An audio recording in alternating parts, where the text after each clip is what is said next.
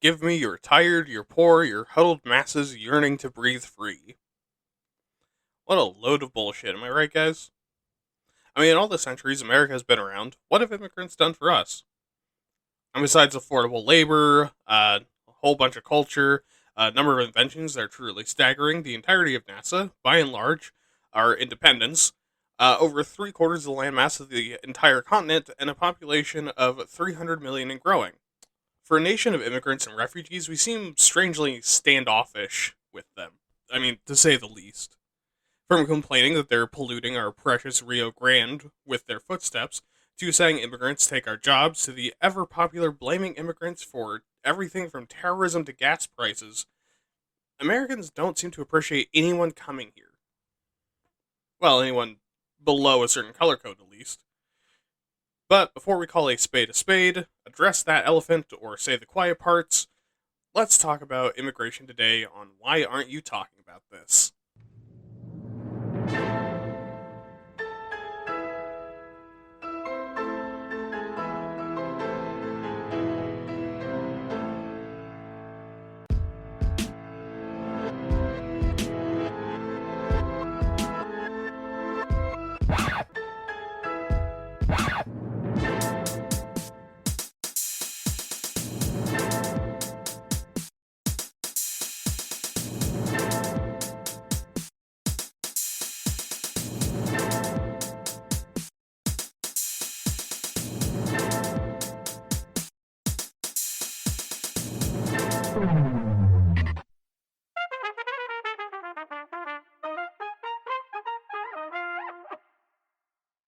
Hello, everyone, and welcome back to another episode of Wait Hat.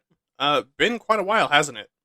Have you missed me? I'm your host, William, and I'll be your quote unquote naturalized American, guiding you through the frustrating and terrible world of immigration. But before we do that, I want to thank you so much for listening.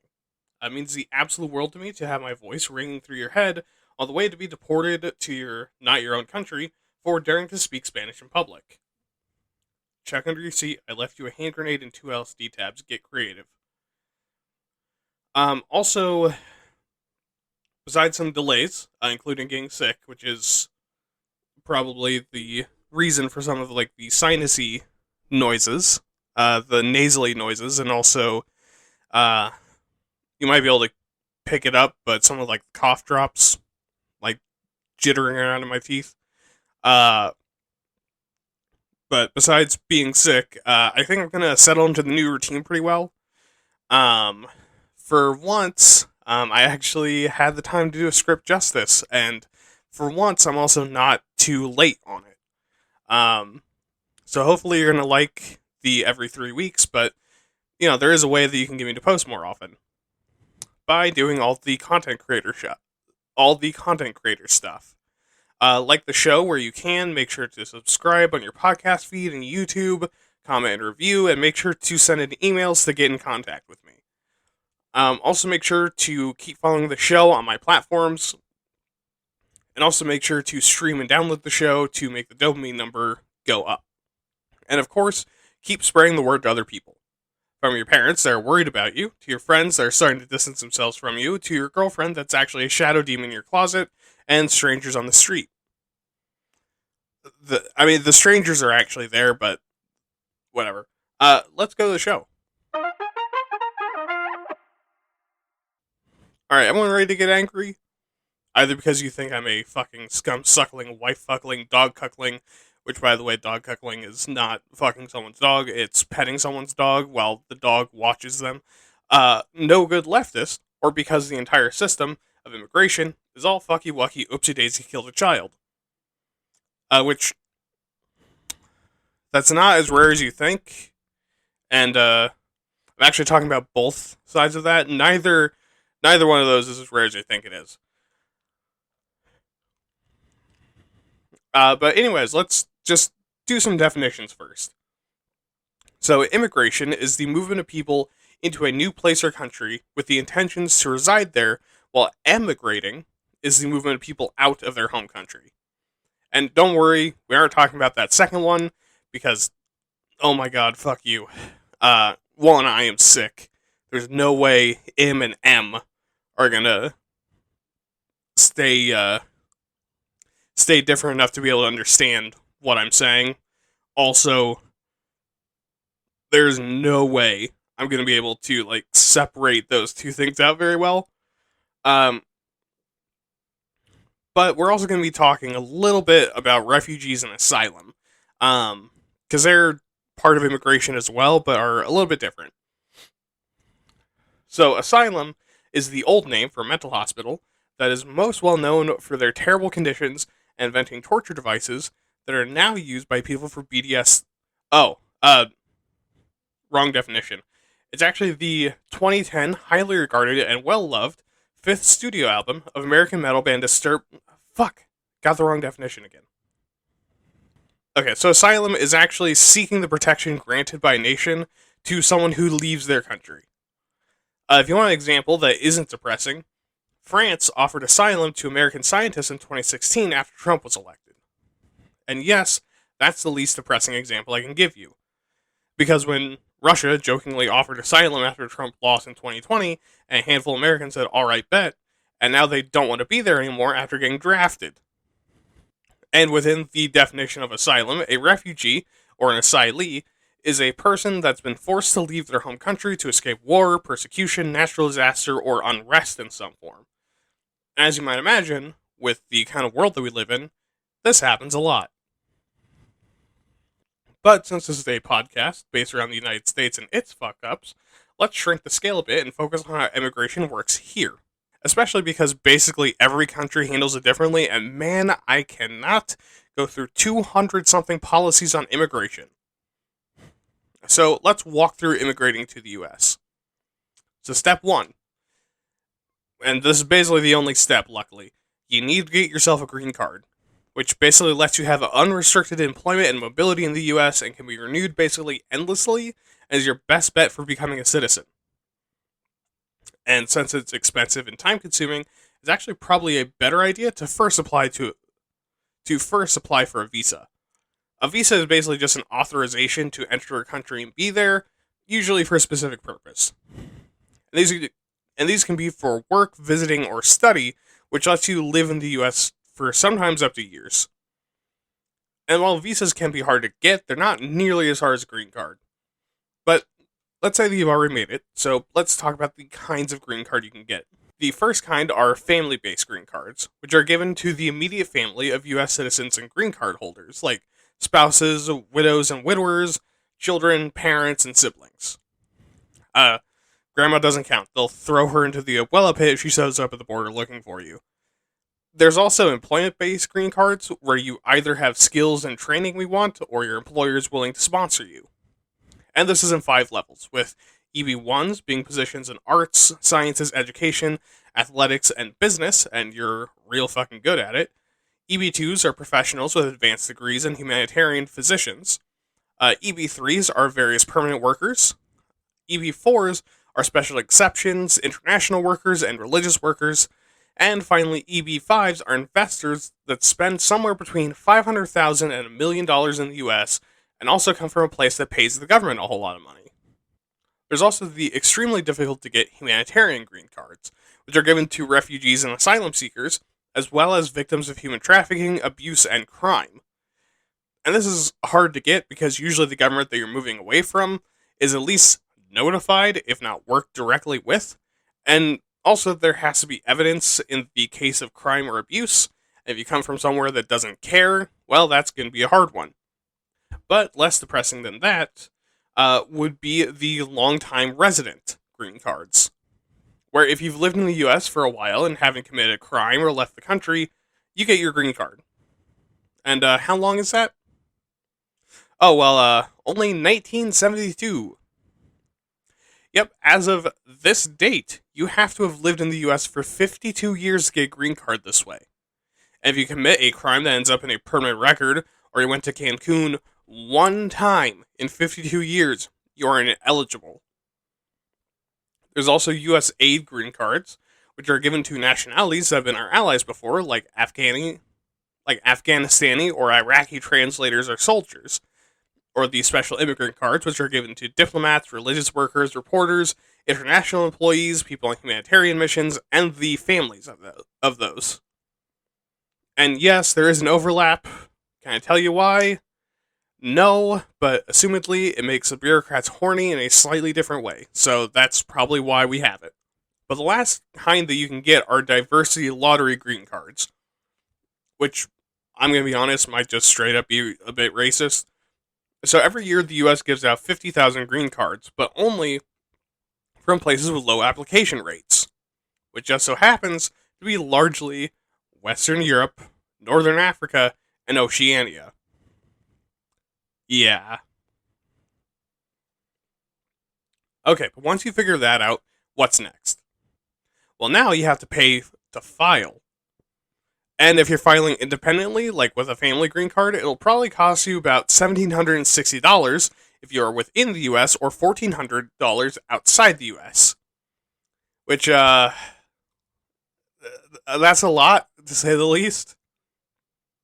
But if you're paying for employment visas and your company is being an asshole and not paying for you to file, it'll probably cost you about $1,225. But if your employer is paying, then they'll probably end up cutting a check for about $10K. Now here's the issue. This is not refundable, which right now might sound reasonable, but let's say that you have the money and you fork it up and you decide to file. Well, first you gotta get yourself a sponsor, who you're essentially hiring to pay this fee to the government. So they'll petition authorities to start the process of immigrating. And once they do, the U.S. Citizenship and Immigration Services reviews the petition. And if they say no, well, you either got to give up entirely or restart. And oh, you got to pay again. Shitty, but okay, you submit a new petition. And they do decide to improve it, which, again, might not happen. Then you fill out and file your application. And if you fuck up the application or you get denied, yep, restart from square fucking one. But okay, so if you go through all that again and you live inside the US, then the USCIS will process it and mail you an invitation to take your biometrics. If you're outside the US, your local consulate, i.e. government official, will process it and then you'll receive a medical exam that you then turn in. And if you live somewhere that doesn't appreciate you trying to leave, that might be a bit of an issue. But regardless, if that all works out, you get an in-person interview whose date and time will be determined by whoever is interviewing you. And since it's the government, you'll know they'll be scheduled at the worst possible time. Like a Tuesday at 2 p.m. Which again, if you fail, then it's back to the fucking beginning again. Or if you miss the appointment, or sometimes even if you just have to reschedule. And if you somehow pass the interview and your application has been approved, which by the way, that still needs to happen. Yeah, you do the interview while your application is being approved. Your green card is either going to get mailed to you, or you will be allowed to enter the US with your passport, and when you arrive, you'll be sent your green card to the address that you write down to be delivered to. And congratulations, you've now legally immigrated to the US, and it only took probably several $1,000s in an unreasonable amount of years. But what if you don't have the time? Like say that your government is rounding up people of your demographic and send them to totally not at all concentration camps. Well, step 1, escape to the US without citizenship. Which is easier said than done, but okay, let's say you manage that. Well then step 2 would be to fill out form I-589 within 1 year of your arrival, and if it gets approved, you're good. If you don't get approved, well, you better apply for a visa or green card, because holy shit, you just told the government your location, and also that you got in here without citizenship. But luckily, the odds of not getting approved aren't too bad. To apply for asylum, which is what you're doing if you can figure out by context clues, you have to be able to provide proof that you were under threat, which works pretty well if you're running from something very big, like that example I gave you, but if you're running from something like a cartel-controlled government, then obviously you gotta bring in some pretty damning evidence, and also, like, everyone back home is fucked. The US government is not gonna do anything to help them, even if they do believe you. Okay, but before we get to the history, let's quickly talk about illegal immigration, because a lot of people seem to want to imagine that illegal immigration is one of the biggest crimes ever conceived from the human mind, and that people can And that people that immigrate illegally should be put in these super special re-education camps that are also definitely not concentration camps. But what's the actual punishment for it? Well, if you avoid immigration stations or you misrepresent or conceal information from immigration services, then you'll be fined about 2K and deported, or imprisoned for 6 months. Or if you do it again, you'll get put away for 2 years. And if you falsify a marriage to get in, well, you'll get fined $250,000 and or get imprisoned for 5 years. Or if you create a false front, or your company ships people in illegally, you could be imprisoned for up to 5 years. Or the feds will charge you money for every person you shift in, probably somewhere in that 2K range. But what about if you get caught just trying to walk across the border? Well, they'll charge you like $50 to $250 per attempt. Or if you just keep getting caught, they'll double it and give it to the next person. That'll still go to you. But hey, it's somewhere between $100 and $500. Now, I want to do an activity. I want you to look at these charges, because there's a small detail that I left out. These are civil charges, not criminal ones. So you wouldn't be considered a criminal under US law for these infractions. Because again, they're not crimes, they're infractions. But also, the thing that makes it criminal is the fraud you commit along the way. Like, notice how just walking over the border is a one-time charge and getting deported. But if you lie to the government in some way, that's when you get into some serious shit.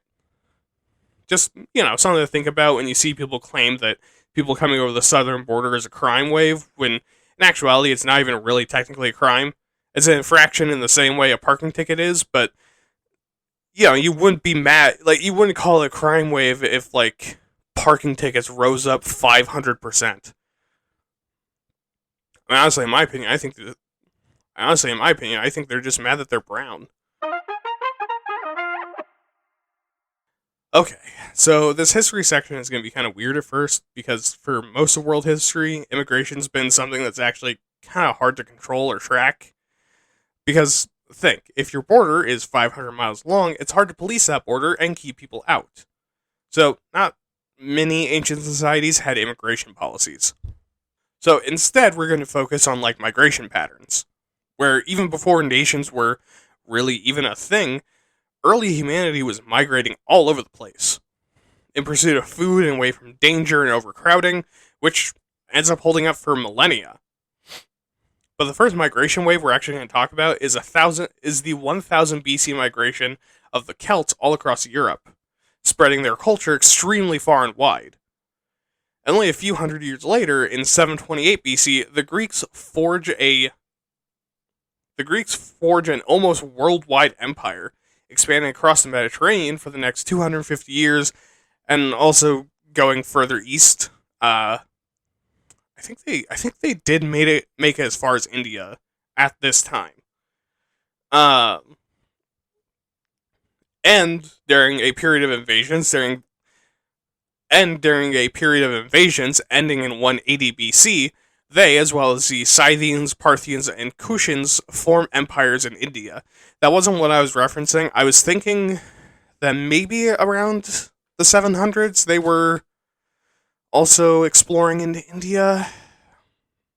I don't know if they got there that early or not, but they definitely hit India by 180 BC, which is still really early. During the fall of Rome and through to the 6th century AD, the barbarian invasions occur.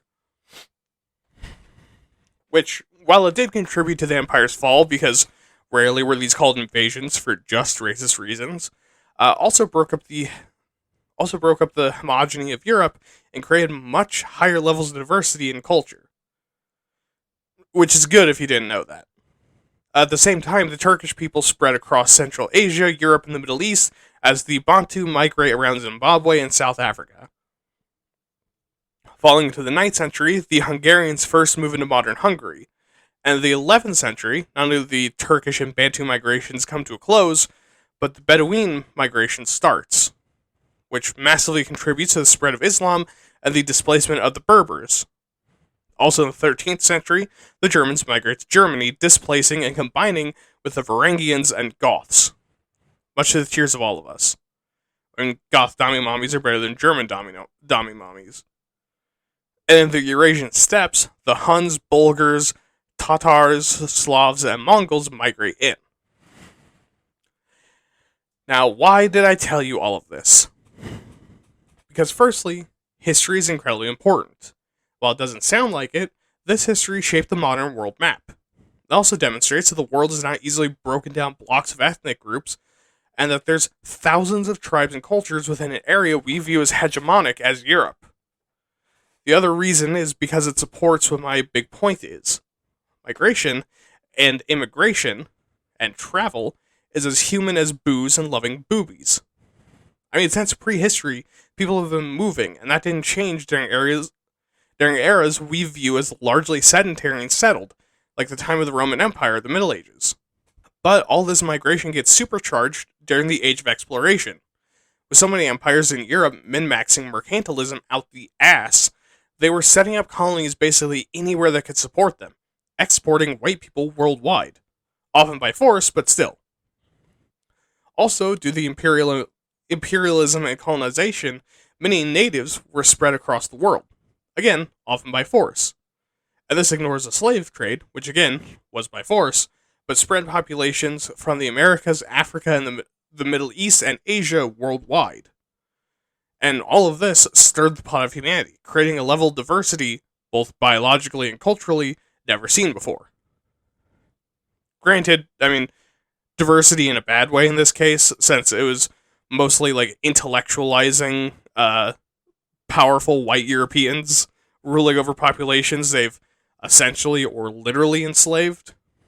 And this only becomes more pronounced with the turn of the 19th century and the Industrial Revolution, where because of the need for labor, urbanization, and the, devastatingly terrible wars, human populations and ethnic groups get increasingly mingled as people become refugees, workers, opportunity seekers, entrepreneurs, and merchants. But, forget all that shit, let's talk about America. The land of the free and home of the brave. The proud land built on the back of immigrants and slaves, but let's ignore that part because we don't like to think about it. Beginning all the way back in the 18th century with why people would come here in the first place. Because while yes, the initial immigrants were seeking refuge from persecution or trying to make their fortune way back in the 16th century, in those 200 intervening years, there were a lot more options. If you came willingly, then you'd come for the freedom and cheap land, or the distance from your nation's government, particularly England's. Or perhaps you had relatives here, or wanted to get away from the hustle and bustle of 1702 London, or Paris, or Berlin. But after the 1717 Transportation Act was passed, you could be sentenced to America. Yes, we, like Australia, also received shipments of British criminals and debtors, but back then there wasn't really much of a difference between the two. And all of that made for a weird but unsurprising culture to develop. Because think, what happens when you take a ton of people that don't like the government, a ton of people that love freedom, and a ton of capitalists and merchants? Exactly, the United States. And by 1776, we'd be on the road to independence when Thomas Paine publishes Common Sense, which hit a nerve in the Bible-loving, monarch-hating, sister-humping Americans. And after the Revolution, we had questions about who should be considered one of our fine and upstanding people. And it was decided in the 1790 Naturalization Act that any white person of good character that lived in the U.S. for at least 2 years and applied for citizenship would be considered a citizen. Oh, yikers. Even more yikers, if you weren't a citizen, or not white, then the Constitution and its protections didn't apply to you. Yep. 8 years later, we passed the Alien and Sedition Acts, which allow for the U.S. to deport political threats.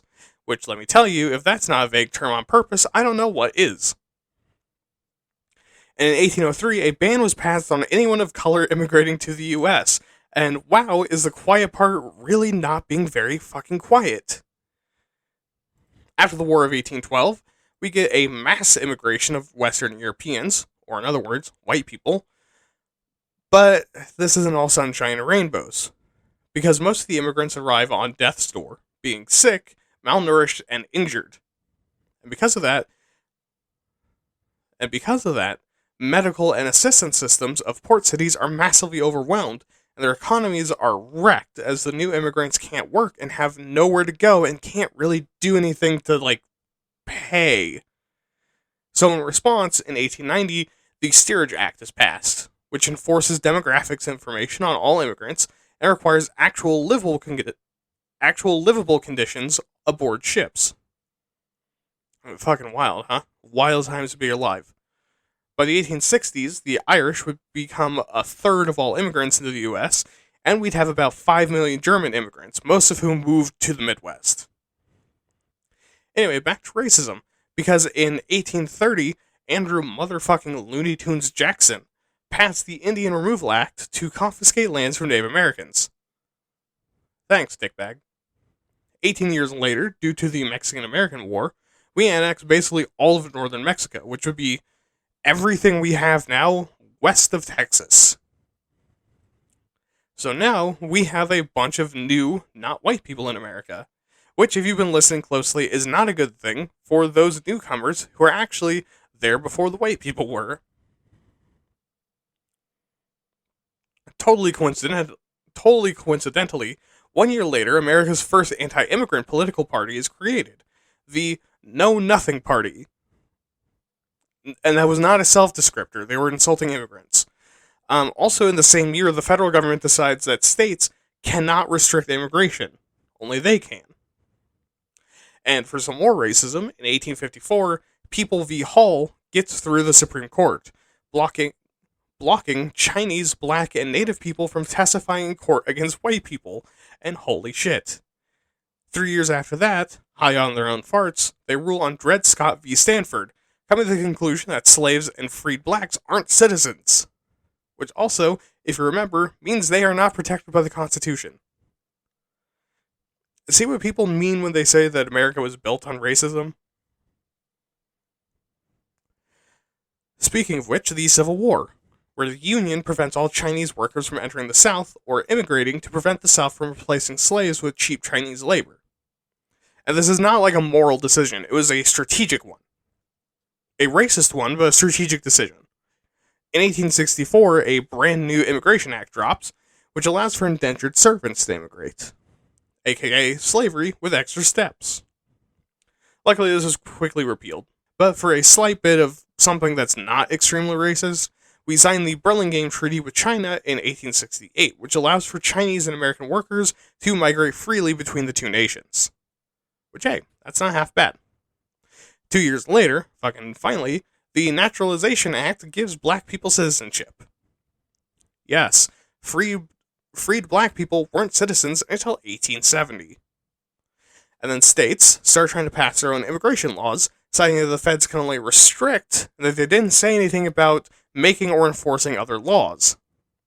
And the feds quickly shut that shit down because they love one thing, it's being in charge. In 1880, we get another massive boom of immigration, with a lot of them working in factories and living in cities. How many, you ask? Oh, just about 20 million from Central, Eastern, and Southern Europe, including 2 million Jews and 4 million Italians, both of whom were considered not white people at the time. And then we get the Chinese Exclusion Act of 1882, which bans Chinese immigrants. Why? Well, because instead of blaming the rich bourgeoisie for their shit wages, like they should have, a lot of American workers blamed the 0.002% of the workers in gold mines, garment factories, railroads, and farms, and said the Chinese were driving down wages and selling opium. Clearly, no class consciousness. And as the world continues to become smaller and more people immigrate in, the racists start getting even more antsy. And so in 1891, the Immigration Act is back at again Krispy Kreme and excludes polygamists, which were basically targeting some Middle Eastern and Asian cultures and also the LDS for some fucking reason. People convicted of a wide variety of crimes, some of which are not that serious, and people who were sick or had diseases. They also create the Office of Immigration. And the year after, Ellis Island opens, and by 1907, we have 1.3 million people entering through Ellis Island alone, and is the peak of immigration to the US in history. But of course, more racism. As the US and Japan signs the Gentleman's Agreement, where Japan limits its immigration to the US in exchange for the US stopping Japanese segregation in San Francisco specifically. Despite all of this hatred of immigrants and racism, an estimated 3/4 of New York's entire population are immigrants at this point. And once again, the Immigration Act of 1917 is passed, which adds a literacy test and also, you guessed it, bans Asians again. What the fuck is America's problem with Asian people? I mean, even to the modern day, racism towards Asians is seen as pretty kosher and acceptable, even amongst more woke people. Anyways, even more racism, because yet another goddamn Immigration Act passes in 1924, which creates an immigrant quota, which is limited to 2% of the total number of people of that ethnicity already in America. And because of this combination of things, Asian illegal immigration skyrockets because they're barred from immigrating legally. How they would do it is that they would be shipped over to Canada first, and then travel by land from Canada into Washington, which is why the West Coast has a higher Asian population than other parts of the United States, because they would emigrate through Washington, Oregon, and California, which again is why there's like such large Asian communities along the West Coast. I just figured that'd be interesting. And in 1942, distracted for, some reason, from our hatred of immigrants, we have to pretend to play nice. And due to a labor shortage, because, for some reason we just kept shipping young men off to Germany, we created the Bracero program with Mexico, allowing Mexican workers to freely enter the U.S. temporarily as farm laborers. 6 years later, we passed the first of our ever refugee laws to help out after World War II, a full 3 years after it ended. And 4 years later, we repealed the exclusion on Asian Americans, which, need I remind you, the Chinese Exclusion Act lasted 70 years, and the most recent Asian exclusion legislation lasted 35. U.S. history is fun, isn't it? No lingering guilt or anger at the stupidity of your ancestors, right? Anyways, after a failed uprising against the Soviets, we invite 38,000 Hungarians into the country in 1956 and 1957, and in 60 to 62 we do similar, but taking in 1,400 Cuban children as part of Operation Peter Pan, which is not as creepy and pedo-y as it sounds. And then deciding that we needed to say the racism part quietly, we reformed the entire system in 1965, doing away with quotas and exclusions, which I'm sure some of you are still pissed about.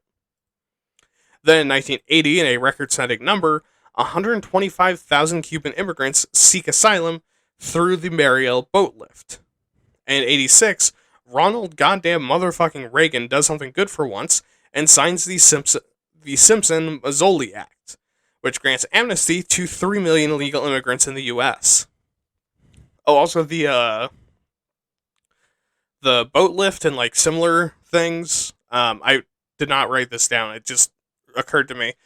The boat lift and similar events like that, and also Operation Peter Pan, is why there is such a large Cuban population around the in Florida and around the Florida Keys. Because for a while it was policy that if someone was fleeing from Cuba, if they made it to the shore, they would be granted asylum, just kind of automatically. So a lot of people would kind of just send their kids America direction, in hopes that they would make it to the shores and be free from Fidel Castro's regime. Which is also why you have a lot of very conservative Cuban Americans.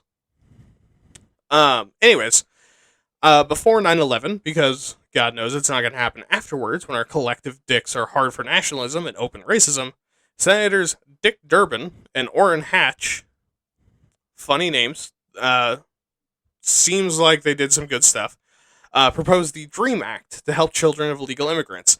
Also, I'm sure I'm gonna get fucking clowned on for saying that they sound like good people. Uh, but anyways, the Dream Act fails, and in 2012, after many attempts and eventually getting the Dream Act through, Obama passes DACA to shield dreamers from deportation, and in 2017, Trump creates the Muslim travel bans. And that brings us to the current situation. Wow, that was quite the racist timeline, wasn't it? Well, luckily, we're better now, aren't we? What are you, fucking stupid? No, we're not better. But before we get into why America sucks, let's talk about why everyone sucks. So, firstly, how many migrants are there worldwide? Well, about 3.6% of the world population, or 281 million people, are living in different places than they were born in. 3 times what it was in 1970. And of that, the place with the most migrants is Europe, with a total of 86.7 million migrants, followed closely by Asia with 85.6. And the least migrants would be Oceania, which is the southeast, or I guess southwest, depending on where you're looking, Pacific Ocean, and Australia, with a total of 9.38 million migrants. And the nations with the highest migrant population would be the United Arab Emirates at 88.1% of their population, Qatar at 77.3%, Kuwait at 72.8%, Bahrain at 55%, and I butchered that name, I know I did, don't fucking judge me, don't tell me, don't talk to me, and Luxembourg at 47.6%. And so, just based on that, the Middle East has by far the most migrants by percentage of population. The most bulk migrants, of course, is Europe. And these migrants are a huge source of international money exchange, which, if you're an anti-globalist, sounds like a bad thing, but is actually a huge help to the economies of both nations. Because sending money home brings in higher amounts of money to the local economy, while exporting money away creates a vacuum that helps to ever so slightly rein in inflation. Also, don't ask me to explain any of that. I'm not an economist. I barely understand econ. And migrants worldwide send about $702 billion home per year, around $250 per person per year, with the highest recipients being, in order, India, China, Mexico, the Philippines, and Egypt, who combined make up 35% of all money received home. While the most common sources are, in order, the US, United Arab Emirates, Saudi Arabia, Switzerland, and Germany. And hey, look at that. America's at the top of something that isn't catastrophically ass. Congrats, America. But those 5 nations combined takes up about 28% of all money sent to migrants' homeland. But fuck the international community, I hear you saying. Let's talk about America and why we're the best people in the world. And okay, you don't have to be so aggro, you fucking dickbag. So firstly, how much of the US is immigrants?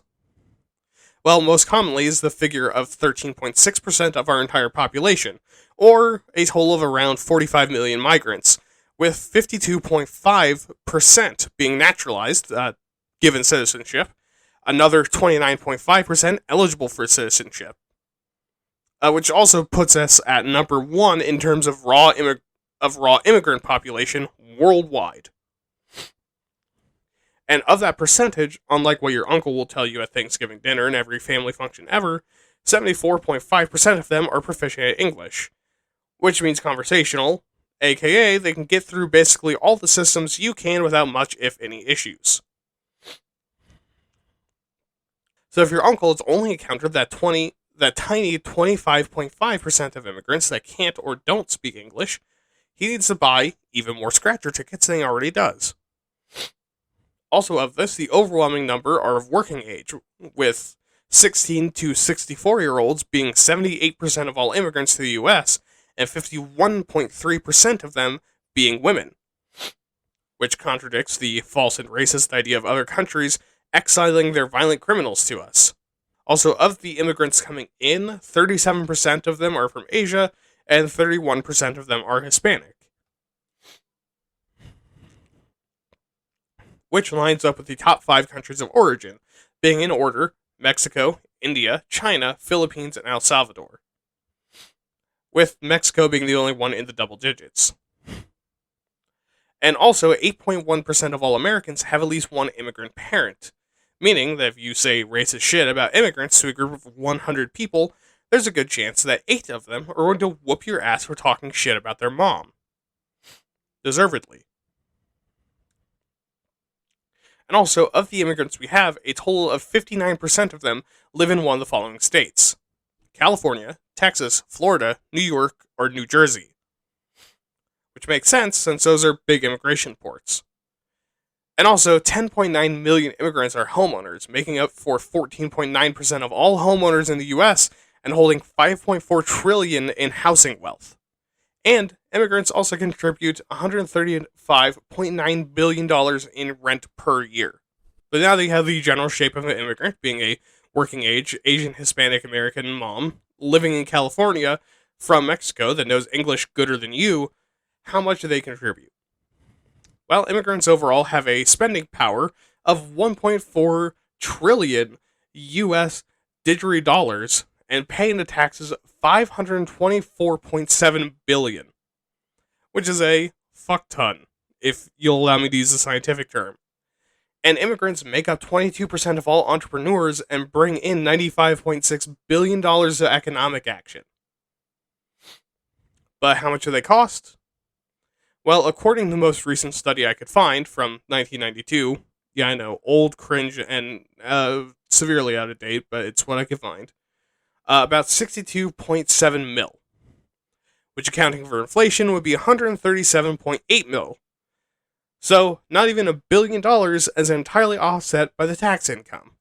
And, just to kind of support that piece of evidence a little bit, the rate of immigration has not increased to a rate to where that would be, like, completely outstripped.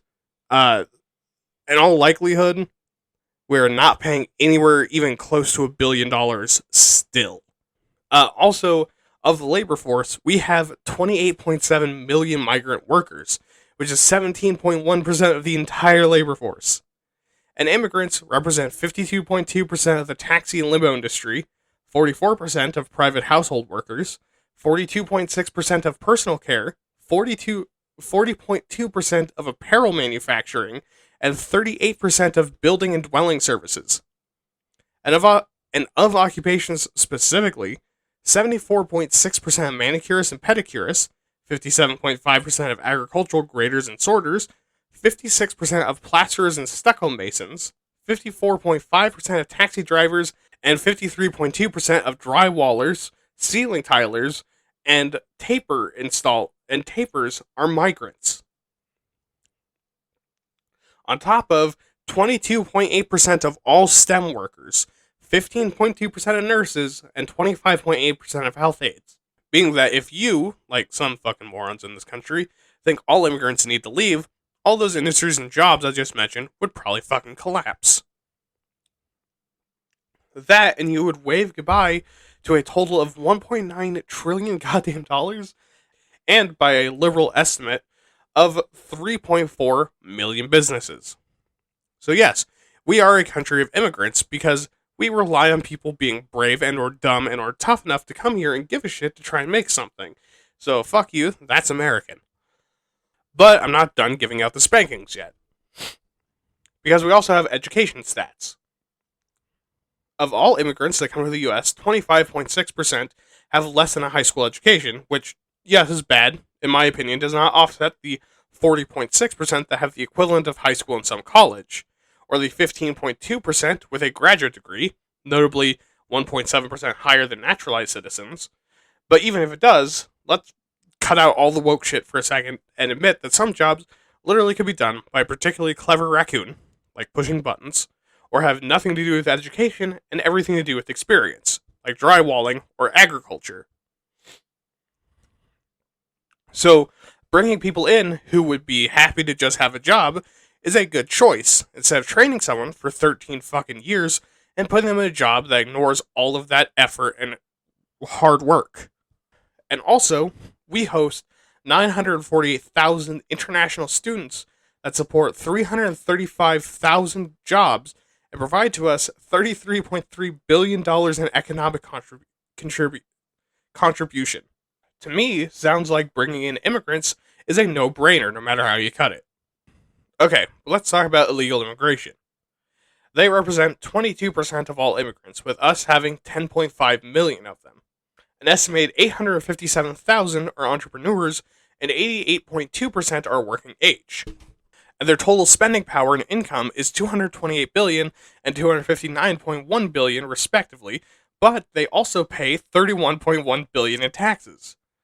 2.5% of all Americans live with an undocumented family member, while 6.8% of all children have one undocumented parent. But of that, 7.8 million are part of the workforce or are actively seeking work, making them about 500 times better contributors to society than the people that complain about them. Also, the overwhelming majority are 25 to 44 years old, making up 6.57 million of the illegal immigrant population, putting them right in the middle of the working ages. And of that, 3.46 million are men and the rest are women. And where do illegal immigrants mostly come from? Well, in order, they're from Mexico, El Salvador, Guatemala, India, and Honduras, and 56% of all illegal immigrants come to one of these 6 states: California, Texas, Florida, New York, New Jersey, and Illinois. I know, confusing, right? I mean, who'd willingly go to Illinois?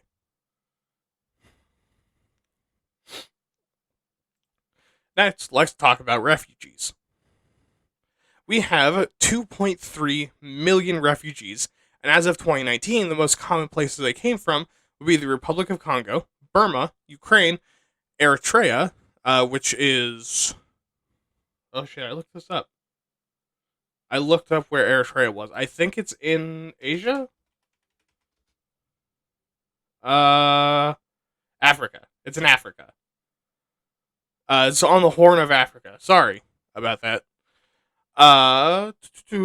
Where was I? Oh, and Afghanistan. And much like other immigrants, they contribute a ton to the U.S., with 180,000 entrepreneurs making 4.9 billion in business income, and with a 92.9% employment rate overall. They also contribute 104.8 billion of household income and 76.9 billion spending power, and pay a total of 27.9 billion in taxes. But finally, before we get to the actual pros and cons, because I swear to God we're not talking about the issues, because holy fuck, I do not want to drink bleach that badly, let's ask why people come to the US in the first place.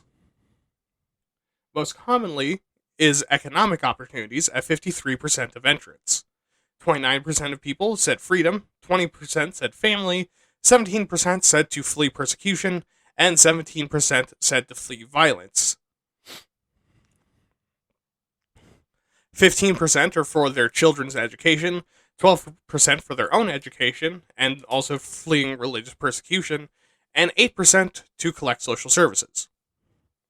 So now, with that, and everything else you've learned here, I want you to ask, would you not do the same? Because for most people entering the US, legal or illegal, their motives aren't to suck the marrow from the bones of American culture, to fuck your daughter, or to turn America queer and woke. No. They want to move here because where they come from limits them. And the land of the free is a shiny beacon to aspire to, something to chase and to find and give their children and families a better life. So again, fuck you, that's American. Okay, so let's talk about the pros and cons. Like always, starting with the good things. And the first of them is the economic growth that comes with immigration. Because clearly, as we've talked about, immigrants generate a lot of buying power and also happen to pay taxes. So having poor people immigrate in creates more economic action because we poor spend money on things, while having more wealthy people immigrate, and I mean like middle class, not like the ultra rich, means you get more people investing in things and also like settling down and building long-term investments.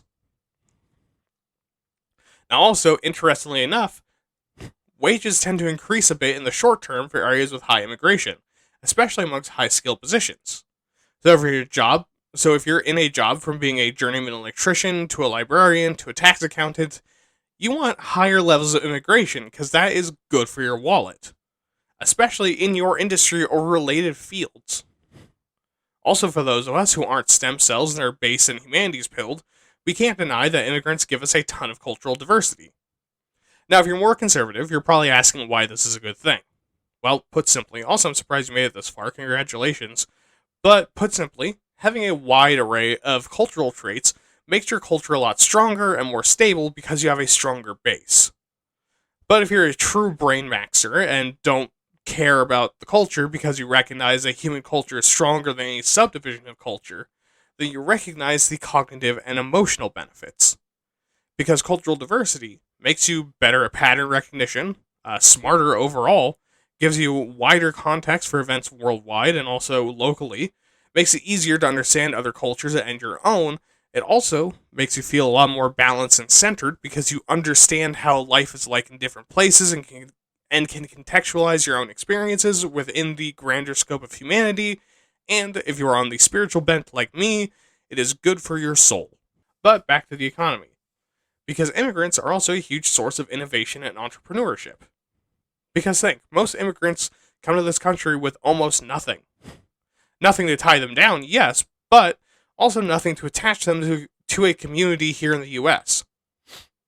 Which means most have to carve their own path in order to survive and are also more willing to take risks than naturalized citizens. I mean, think, they took a risk in coming here in the first place. Why stop now when the other option is to go back to whatever shitty situation they're running from? Also, immigration can be used to address an aging or shrinking population. Something that, fun fact, the UN has been telling Japan for decades, and its collective xenophobic ass still refuses. Basically, if your native born aren't fucking enough to support your aging baby boomers from when times were good and you could afford to have both a kid and retire, then you can replace some of them with immigrants that want to be in your country and also probably find your native born pretty fucking sexy. Both the bulk importing of people alongside the baby bump to birth rates can save your nation from aging out of existence. And kind of in the middle of based and stem-pilled is global connectivity. By having multiple cultures at home and from places across the globe, you can understand other nations and their cultures a lot better, making them less scary. Also by having well-treated immigrant populations, these places very well might see that as respecting their ethnic or cultural heritage or taking in the people that they don't care for. Or alternatively, notice that you are becoming more like them, not noticing that they're becoming more like you. Which is all very good for diplomacy, trade, lasting peace, and if you're a good boy who's eaten his dinner, espionage. Also, with immigrants, you get a wider degree of labor flexibility and more room to fill skill gaps. For example, let's say that your nation doesn't have enough computer scientists, agricultural laborers, factory workers, and machinists because most of your population has decided to be femboys on the internet. If you're anti-immigrant, you have to either mandate or hope that your native-born go into these fields.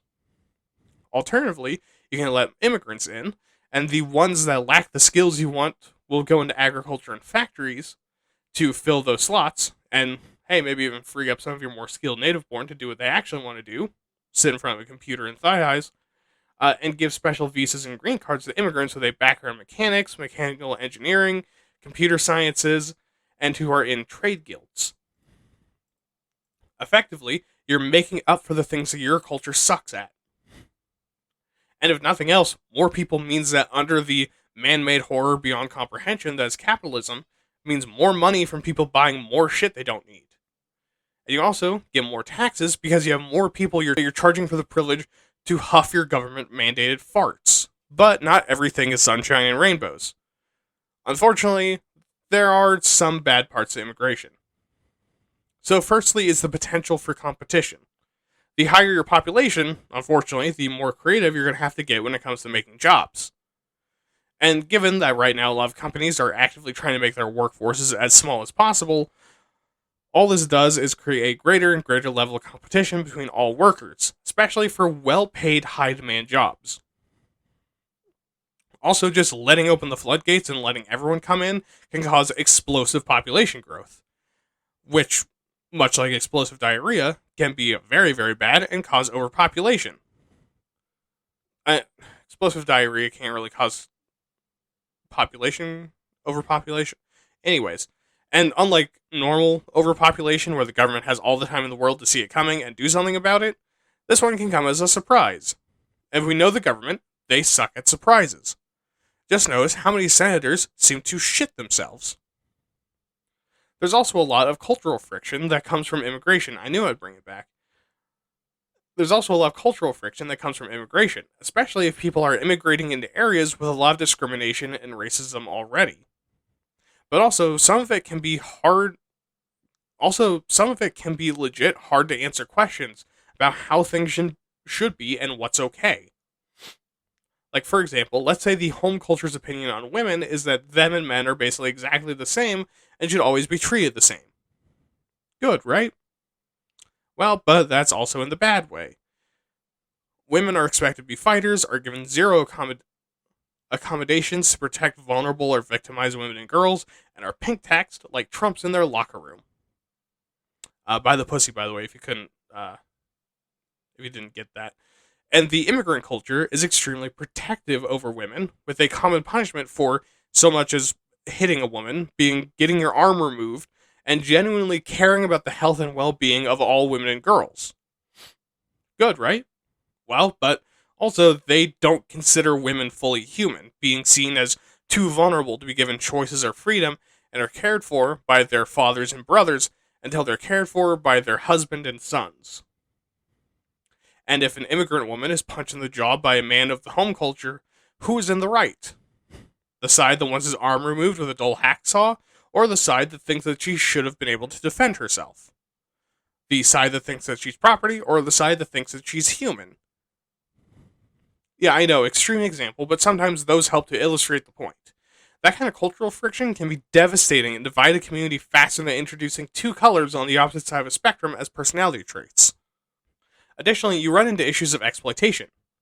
That since immigrants don't have any real safety or social net, may not understand all the laws or the culture 100%, are just happy to not be in a shittier are just happy to not be in their shittier situation at home, are out of alternatives, or might not be here legally, they're more vulnerable to predatory businesses that would willingly exploit them rather than try the same shit with a native born citizen and get their cheeks clapped by the federales.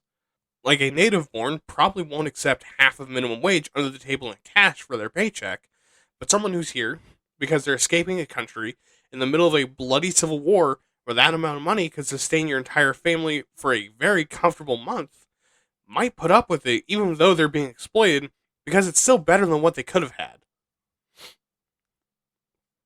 Also note that the villain in this example isn't the immigrant, it's the company exploiting them and shafting the native worker. Remember, folks, the immigrant is your friend, your boss is the enemy.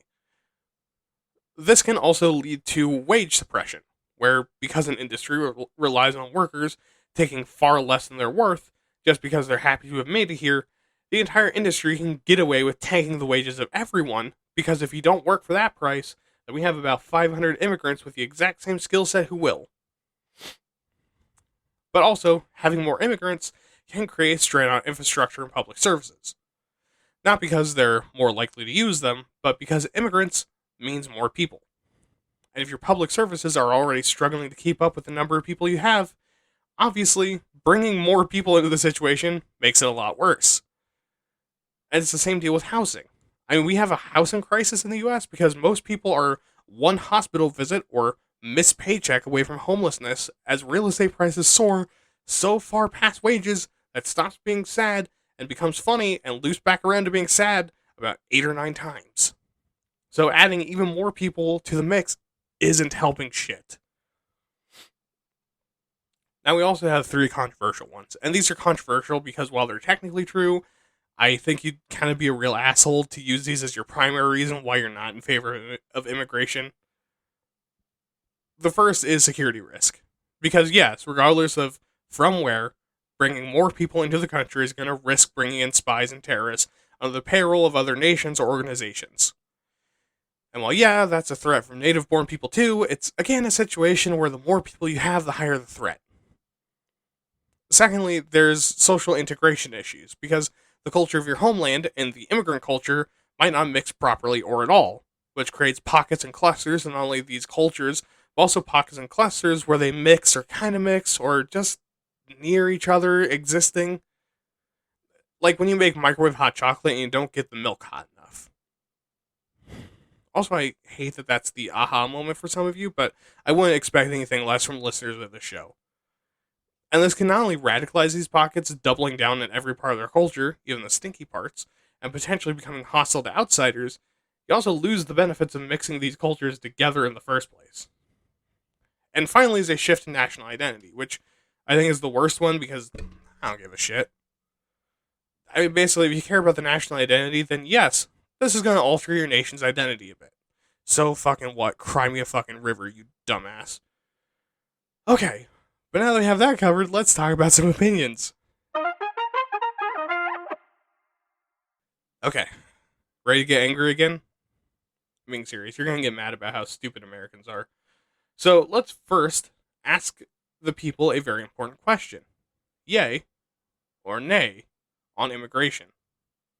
And when you ask that, you find the assholes pretty easily. 27% of Americans think immigration is stinky and gross and gives you cooties, while 3% have mixed feelings. Which I do gotta say, even from the leftist angle, makes sense to have some mixed feelings, especially after doing this research. But overwhelmingly, 68% of Americans think that's a good thing.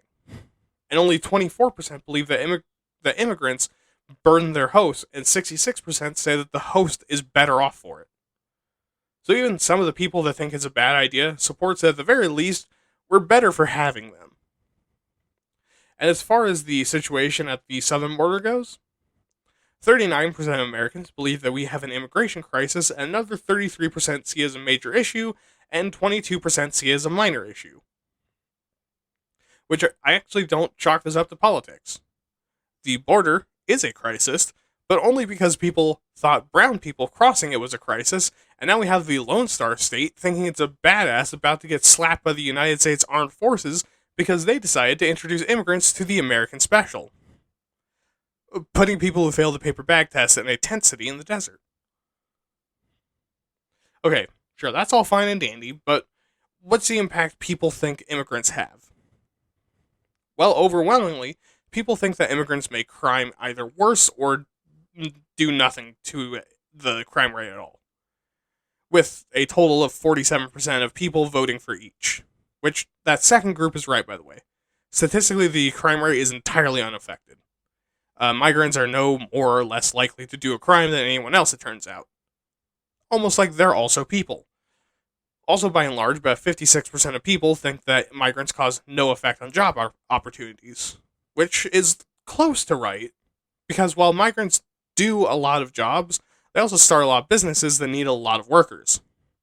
And 54% of Americans agree that food, music, and art in general gets better, which I'm in that camp. You can't really force me to, say, no, Americans are split on if the economy overall is better or worse, with 39% and 38% respectively, which actually it does help out the economy, a lot. But maybe some of that is because 44% of Americans think that they make taxes worse, probably because they assume immigrants are getting a free ride and that they are the ones paying for it, which actually isn't true. Migrants pay their fair share because the IRS ain't no snitch. They just want that green and don't give a single fuck how you got it or why. Correctly, 41% of Americans say that there's no effect on national morals with migrants. And here's why I disagree with the 32% saying that morals get better and 25% saying that they get worse. Because morals are relative, and also regardless of what specifics are put into place, there are just some things that humans believe regardless of morality, because without justification for our actions, humans are capable of deep levels of sympathy and are social creatures with high intelligence. Therefore, things like theft, murder, exploitation, the loss of bodily autonomy, and torture are always going to be immoral, and so humans will always have to either justify these things or accept them as evil. Also, fuck you, you racist asshole. We're not paragons of morality. Just because someone darker than you exists near you doesn't mean that God is dead. You are the reason why he doesn't answer the phone anymore. You specifically. Okay, but assuming that immigrants are going to come into the country, what's the most important things for them to be? Besides being white. Which is something that about 7% of left aligned and 8% of right aligned people think. Yeah, seriously. That's at the bottom of the demands list, right next to dress American and adopt Christianity, which I don't know how to break it to you. 19 and 24% of conservatives and 11 and 12% of liberals of Americans, respectively. But judging by where people tend to come from, they already do, and already did, and in fact, probably better than you, because they wear jeans and cowboy hats for an actual reason and actually go to church and actually believe it, not just use it as a shield to deflect criticism. Also, 12% of lefties and 30% of righties think immigrants should love Washington and Lincoln, which is funny because a ton of righties hate Lincoln because he forced your ancestors to call black people human.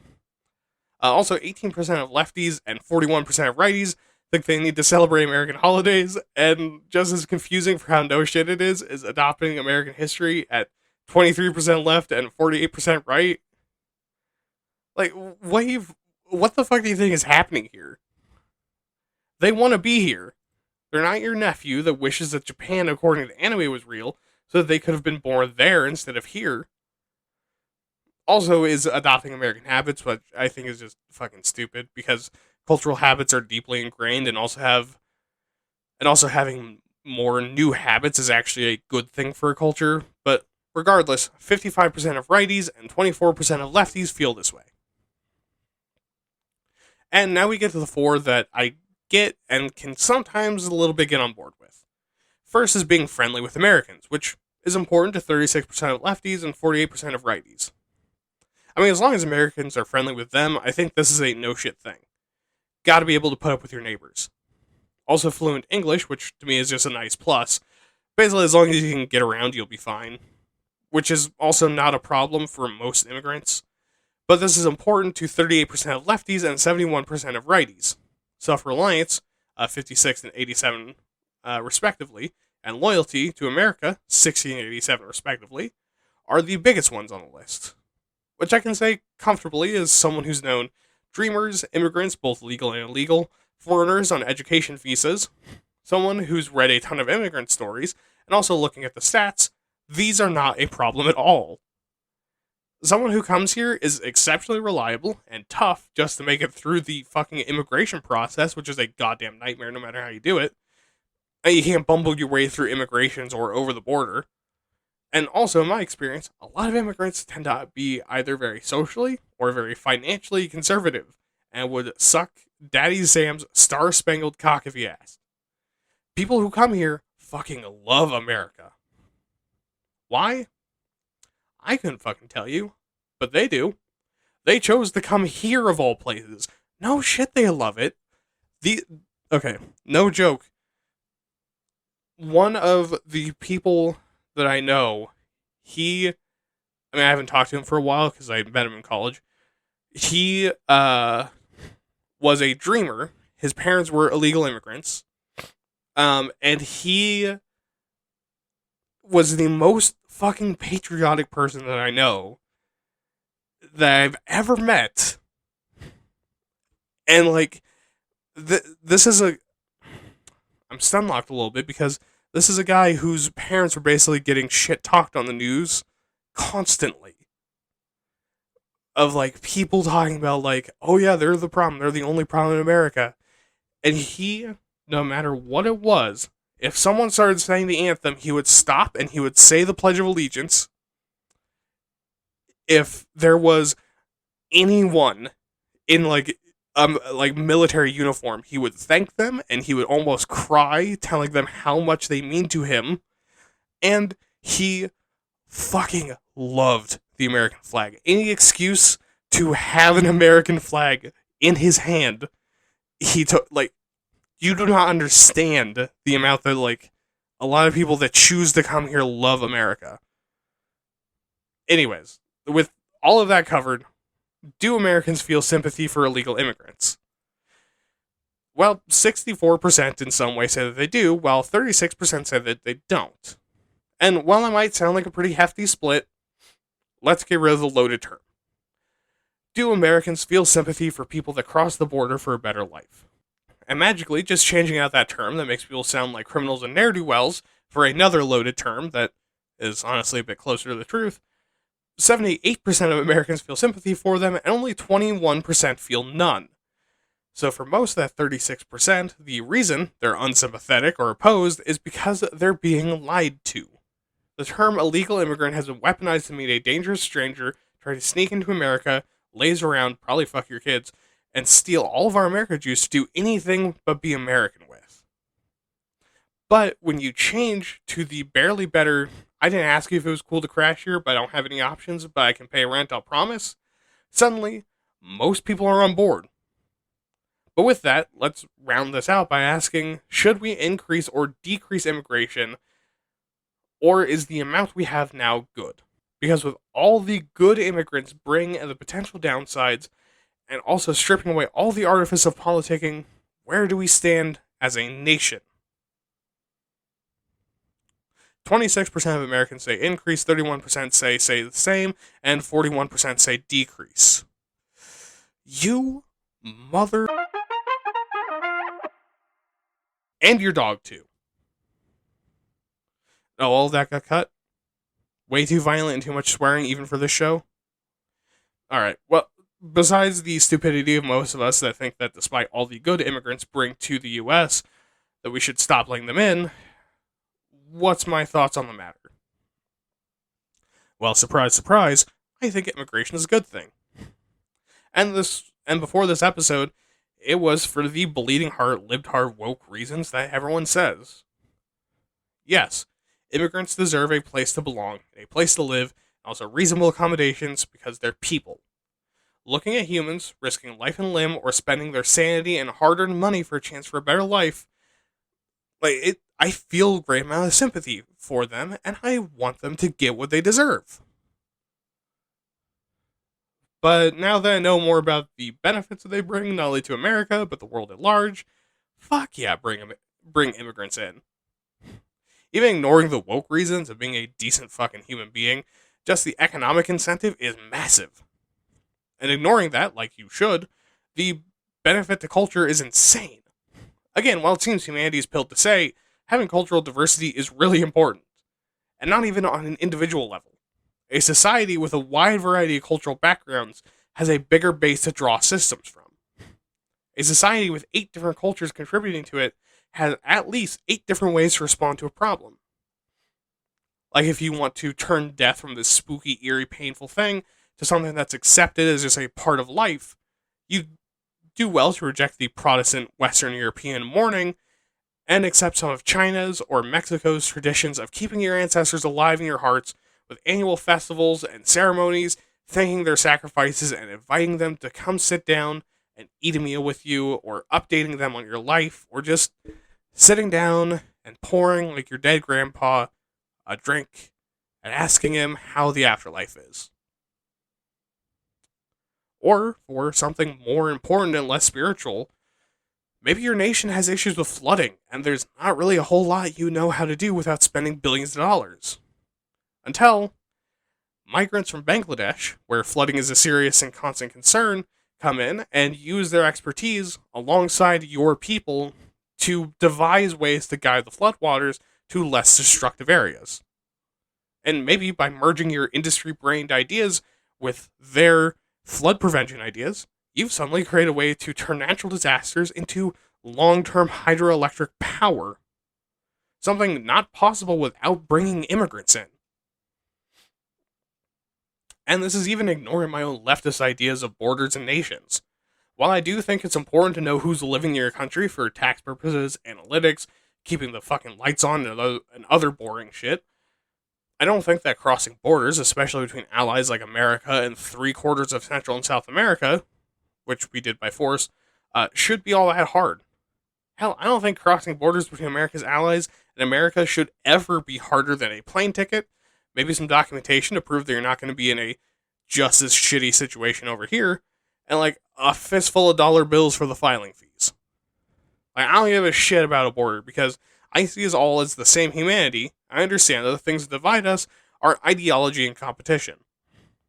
But in a place like the US, where so much is put to the torch as waste, and we, more now than ever, need people who want to be here and want to find a way to fix things, I don't see any reason for us to close down borders and pretend like we don't need migrants.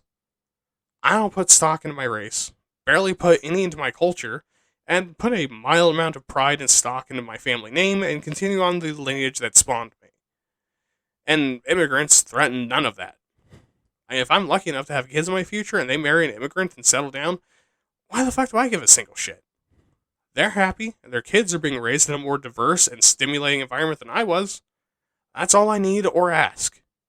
And again, it's American to strive for bettering yourself and your life. It's literally fundamental to what we advertise as something truly American. If someone has truly dedicated themselves to that enough to want to come here, fuck it, let them in. Better that they come here rather than ogle at us from a distance. Alright, let's finish off this Star Spangled Schlong. Alright, and that's the first episode of the new schedule done. Hopefully my sick voice wasn't too much, and that was also fun and interesting to hear. Cannot wait for your feedback. Also, again, sorry for being late. Anyways, if you have opinions, advice on how to make the show better, who you wish would immigrate so you can get your grubby paws on them, your own immigration stories, and really anything else you want to tell me, make sure to email me at waytatpods@gmail.com. Remember to check out my other podcast, Waytat Nerd, where I do basically the same thing, but with nerd topics like fantasy, sci-fi, role-playing games, etc., where I hope you'll like the topics just as much. And also remember to follow me on Twitter at Waytat_pods for more episode announcements. Have a good night, don't murder, have fun, and remember, don't tip your immigration agent, bribery won't help you. This has been Why You're Talking About This, I've been your host, William. Good night.